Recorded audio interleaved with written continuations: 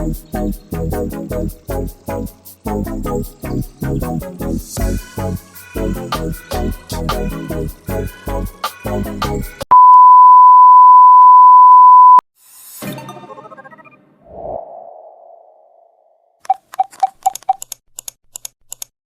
guys, samahan niyo po kaming manguha ng ating panghaligi para sa ating gagawing kulungan ng baboy. Naglalakad po kami niyan, nakapas forward po ang ating video kaya medyo maalog, medyo mabilis. Naghahanap na po niyan ang aking asawa ng puputulin niyang puno, kasama ang aking kapatid. Ayan, nakakita na siya, nililinisan niya po muna bago niya putulin.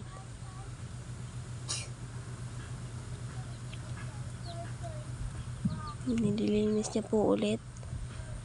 Ayan, naputol niya na. Nililinisan na din. Kaya na, nakaisang na po tayo. Nakaisang kuha na yan. Kapatid ko, sobrang likot. Yan, 1 down na tayo. Nakaisang panghaligi na tayo.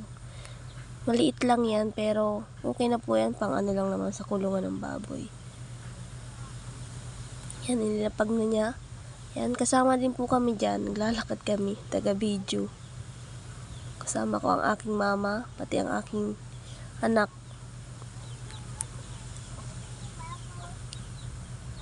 Taga-sunod lang po talaga kami. Tamang taga-sunod lang, taga-video. Ayan, nakakita na din po dyan yung asawa ko ng pangalawa nating panghaligi. Ayan, pinutol niya na. Ayan, nililinis niya na po. Yan. Hindi nga po masyadong tuwid pero okay na yan, pwede na yan. Tapos ngayon, naglinis siya dyan, tapos mangangakit na siya. Pangatlong panghaligi naman. Di po talaga yan marunong umakyat, pero okay lang yan. Mababa lang naman po kaya. Yan, yung panghuli nating panghaligi. Tuwid siya, tapos medyo mahaba. Nilinisan na din po niya bago niya pinutol, tapos uuwi na din po kami niya pagkatapos maputol niya. Dito tamang bantay lang kami ng aming anak nanonood habang siya ay nagbubungkal, naghuhukay ng lalagyan ng panghaligi. Nahukay niya, naghuhukay na po siya dyan.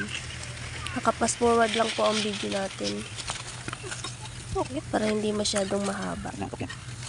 Kaya medyo maalog ang ating video kasi kapasword. Dito, tama na ang kwento na na po yan, nakatayo na yung iba, nakatusok na.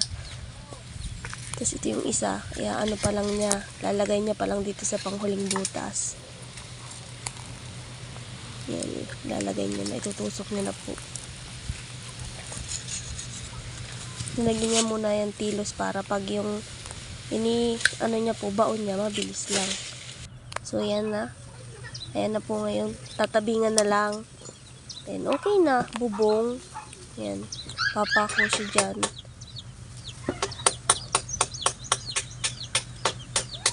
Tabingan na lang kasi yung alaga na lang itong baboy natin ang kulang. So, ayan. Nagpapako na po siya ng lagayan ng bubong. Ay, so, ayan. Tapos na. May tabing na. May bubong na. Yung baboy na ang kulang natin. Update ko na lang po kayo.